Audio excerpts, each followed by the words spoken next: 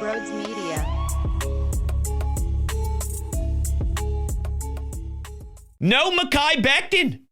Mekhi Becton will not be playing for the Birds. The longer it went, I was actually starting to convince myself that we had a real shot to slither on through and find a way at the very last second to have him put on that Birds uniform again. They'll be okay. I am comfortable with Tyler Steen and Green, who you got in the CJ-GJ deal. I'm cool. I'm chilling. I think we'll be just fine. More than just fine. They're going to be a top offensive line in football. But you are going to get Jeff Stoutland to put his hands on another former first rounder. And we saw what happened the first go around. Just like we just won a Super Bowl losing a Hall of Fame center. Do you not truly process what the hell that means? That's crazy. Jordan Mailata never played the sport, and if this progress continues, and if he stays on this path, he's going to go down as one of the best left tackles in Eagles history. And there's a lot to choose from. There are some big names, important staples of this franchise. And he's going to be in the mix. The guy never played the sport. That's Jeff Stoutland. So why would I get nervous? Why would I lose sleep? Trust me, I would prefer Mekhi Becton. I wanted Howie to go Zach Baun, Mekhi Becton, and then we can push through with losing the Josh Sweats, the Milton Williams, and all of that. I would have been 2 thumbs up. That's a good start. Let's see how Howie starts off this following campaign. But it's okay if he looks at his 2 years, $20 million. He didn't break the bank with the biggie. You know what I mean? I think he had a weird market value only because is he a tackle? Is he a guard? And how much of the league looks at Philadelphia as such a great unit that they don't know if they trust some of their own. Maybe not Los Angeles in particular, but some of the other teams that were interested in offensive line help, because who wouldn't, right? Who wouldn't? Everyone's chasing to be us. So when that name is dancing around looking for some deals, people were probably afraid to commit certain things. They go, I don't have Lane Johnson. I don't have Jeff Stoutland. So 2 years, 20.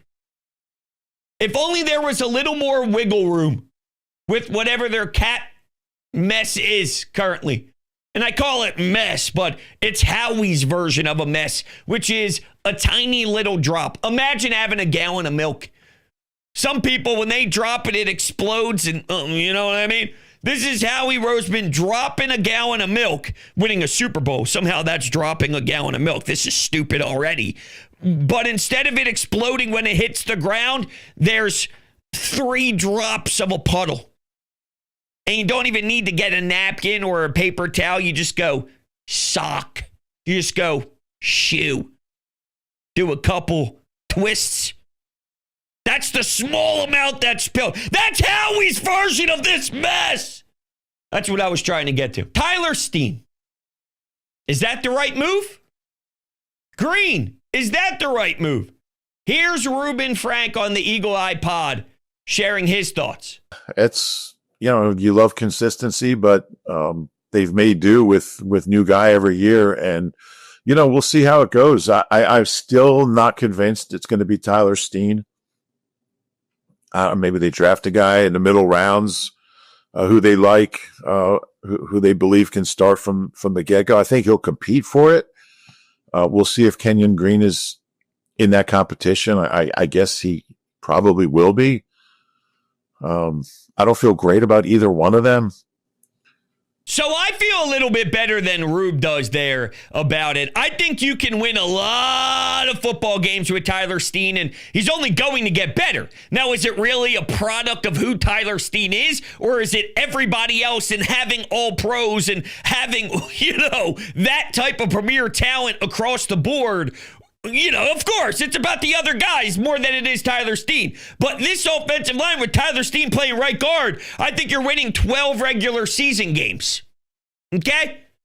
And before you think that's not good enough, I won a Super Bowl. 2022 Chiefs, 14 wins in the regular season. 2023 Chiefs, 11 wins in the regular season. There's a natural sort of toughness that occurs after you win the bowl. I'll take a 12-win season next year right now. Sign me up, dotted line. You're in the mix for a top potential seed in the NFC. Maybe there's a team that has 13 and you end up being a 2 seed again. I don't give a damn. We got a winning pedigree now. We got a team that you are afraid to see in the playoffs. Nobody wants to go up against Jalen Saquon, Jalen Carter. I promise you that. Nobody wants to go against what we bring in Q in the secondary. Nobody. We have that fear now. I just saw a TikTok and it was Spags talking about how long it's been since he watched the Super Bowl tape. He was so scarred of what Jalen Hurts did, my man couldn't fucking watch for 17 days. 17 days. It was haunting him what AJ is doing out there. Jalen, as he's reading the field, going through his progressions, dimes to Devontae to go up 34-0. It was 34-0. 34-0. You know how many times I've been able this season to just be obnoxious and repeat something that is so mind-blowing because this Eagles football team is on a different level than anybody else? 34-0 in the Super Bowl. 300 yards alone. Remember that? Saquon, 300 alone. 300. The list goes on and on. The fact that I can do that 5, 6, 7 different times throughout this regular season, this team's nuts.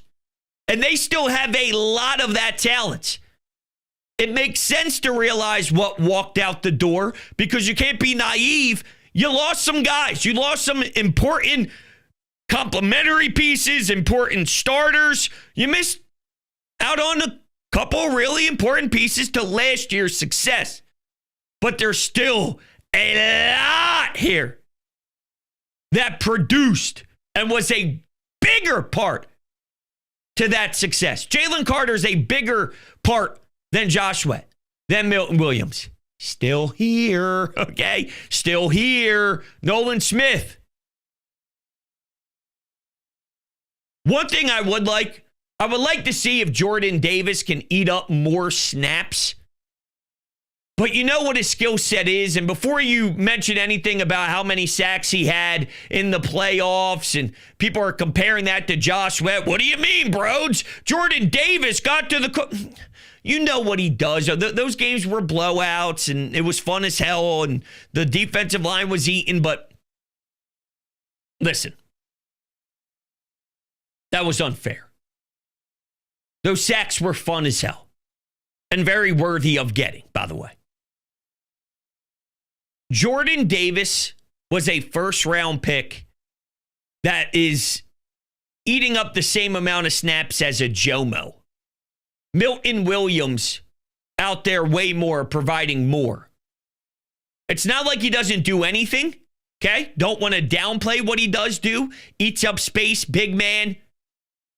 On a couple of early downs, can do something that creates a spark.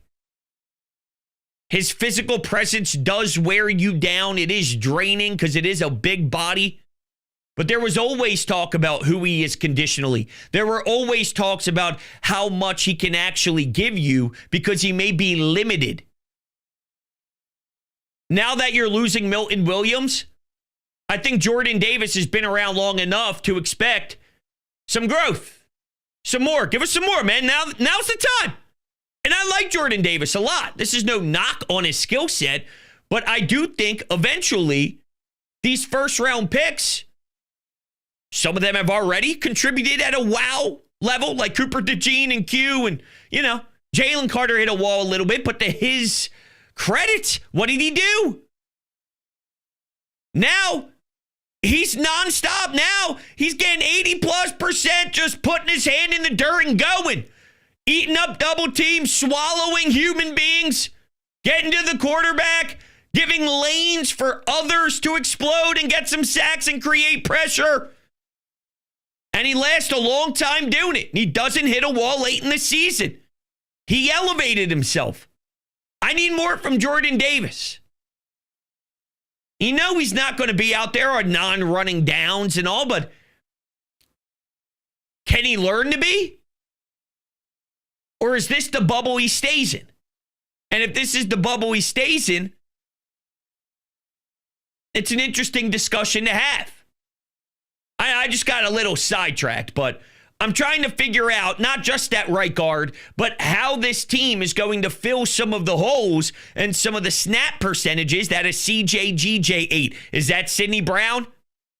And Seth Joyner did an awesome hit on social. It was super quick, but it was just talking about his aggression and how he plays with his hair on fire, and he's going to have to learn how to tame that. He's got good spirit for sure. He's got good fight and he's got the energy and all that's phenomenal. But you have to find a way to almost be a mathematician out there with geometry. You got to work on your angles. A lot of this at this speed and at this level it's about the geometry and angling guys out of bounds and keeping people in front of you and all that stuff. He just goes, puts the head down and see what he can do. He's just, if anybody watches UFC, right, there are certain fighters that get into that octagon and they are there to put on a show. And they don't give a damn if they lose technique. They don't care about if they screw up here or there because they want to entertain and they just want to throw hands. The Diaz brothers, entertainment. Michael Chandler, entertainment. Justin Gaethje, he's somewhere in between that.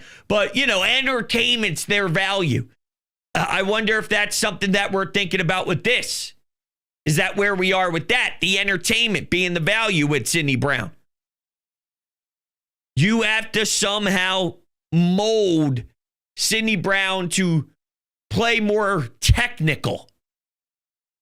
Because you're going to get burnt.